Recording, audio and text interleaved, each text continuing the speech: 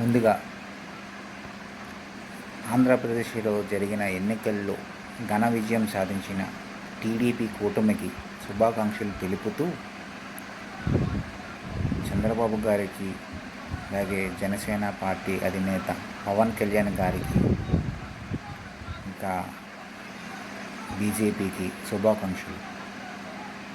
ఇప్పుడు దాకా జరిగిన అరాచకాలు ఎలాగున్నాయి అంటే ఆంధ్ర పరిస్థితి అధోగతం చేశారు.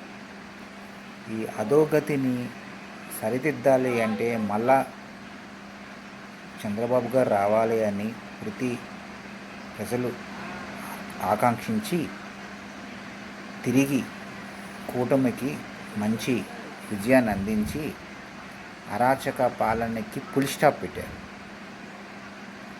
కానీ ఇప్పుడు ఏదైతే ఆ ప్రభుత్వం ఏం చేసిందో పక్కన పెడితే ఈ మధ్యన ఉన్న కొంతమంది మీకు చూపిస్తా వాళ్ళు ఎవరనేది. వాళ్ళు ఈ మధ్య బాగా రెచ్చిపోతున్నారు. ఏం చూసుకొని రెచ్చిపోతారో అర్థం కాదు. ఏదో నలుగురు ఫ్యాన్స్ ఫాలో అయిపోయి వచ్చేసరికి మరి ఏమనాలి వాళ్ళని.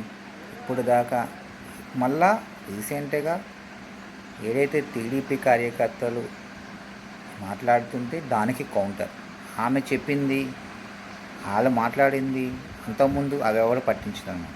వీళ్ళు మాట్లాడితేనే తప్పు, వాళ్ళు మాట్లాడితే ఉప్పు. అలాంటి వాళ్ళకి బుద్ధి చెప్పడానికే ఈ వీడియో చేస్తున్నాను నేను. కాబట్టి ఎవరు ఎక్కడ ఎలా ఉండాలో అంతలో ఉంటే చాలా మంచిది. అతిగా బిహేవ్ చేస్తే మాత్రం ఎవరికైనా సరే నువ్వు చెప్పినట్టే అవుతుంది. అర్థమైందా?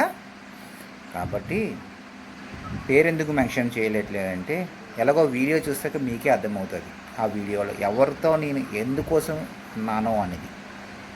దాన్ని బట్టి అర్థం చేసుకుంటే చాలా మంచిదని. సైలెంట్గా ఉంటే ఇంకా బెటర్. వాళ్ళు వీళ్ళు పారిపోమని కాదు, నువ్వెక్కడ ఉన్నావు వాళ్ళు తెలుసుకో.